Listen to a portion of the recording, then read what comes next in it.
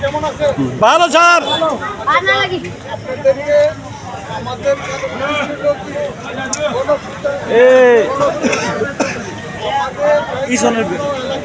জয়নাল ভাই ব্যানারটা তো সাইড করেন না পিছিয়ে।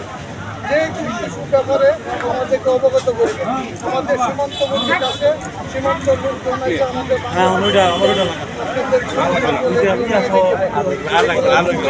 আমরা আপনাদেরকে হেল্প করবো। আমরা আমাদেরকে জানাবো। আর একটা কথা হচ্ছে কি, আমাদের এলাকা আমাদের পুত্র এলাকা গড়ে তুলতে হবে। আমাদের যুব সমাজ নষ্ট হয়ে যেতে এইগুলোর ব্যাপারে আপনারা আমাদেরকে নিউজ দিবেন। আমরা আপনাদের তথ্য গোপন করে রাখবো। আর আমরা চাচ্ছি যে আপনারা ভালোভাবে থাকবেন এবং আমাদের যুব সমাজকে আমরা ধ্বংস হতে আসতে পারি।